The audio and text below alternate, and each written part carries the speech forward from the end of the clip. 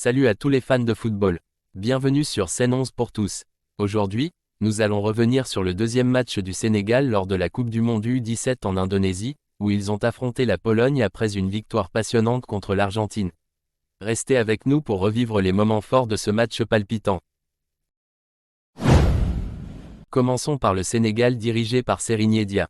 Le coach sénégalais a choisi un schéma classique en 4-2-3-1, mettant l'accent sur la solidité défensive et l'efficacité en attaque. Le Sénégal aligne 4 défenseurs à l'arrière, 2 milieux défensifs au centre du terrain, un trio offensif derrière l'attaquant principal. Cette formation offre un bon équilibre entre la stabilité défensive et la créativité offensive. Maintenant, tournons-nous vers la Pologne. Leur entraîneur a opté pour un audacieux 3-4-3. Mettant l'accent sur une approche offensive. La Pologne aligne 3 défenseurs à l'arrière, 4 milieux de terrain pour renforcer le contrôle du ballon, et 3 attaquants pour mettre une pression constante sur la défense adverse. C'est une approche risquée mais potentiellement très efficace. Les champions d'Afrique en titre assurent leur statut à la Coupe du Monde des moins de 17 ans, qui se tient actuellement en Indonésie.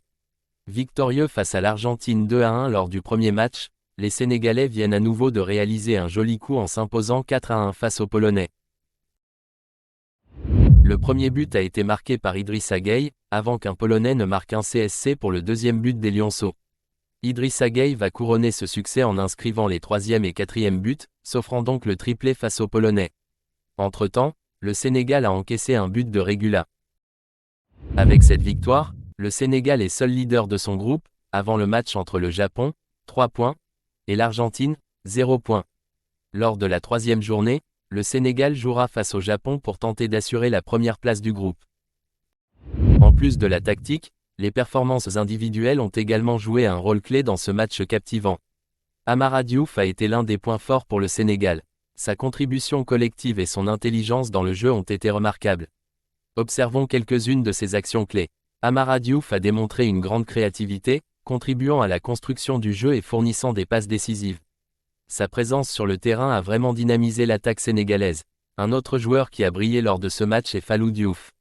Sa performance solide, que ce soit en défense ou en montée, a été essentielle pour maintenir l'équilibre dans l'équipe.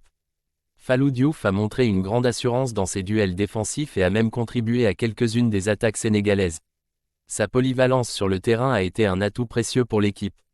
Enfin, parlons d'Idrissa Gueye, qui a réalisé une performance exceptionnelle en marquant un triplé. Ces 3 buts ont été l'étincelle qui a propulsé le Sénégal vers cette victoire convaincante. Sa précision devant le but et sa capacité à saisir les opportunités ont été remarquables. Un triplé dans un match de Coupe du Monde U17, c'est une réalisation exceptionnelle pour Idrissa Gueye. Transition vers la conclusion de l'analyse. Merci d'avoir regardé cette vidéo. N'oubliez pas de vous abonner pour ne manquer aucune de nos prochaines vidéos. Abonnez-vous dès maintenant. Soyez le premier à vivre les grandes performances et à explorer le monde du football avec nous.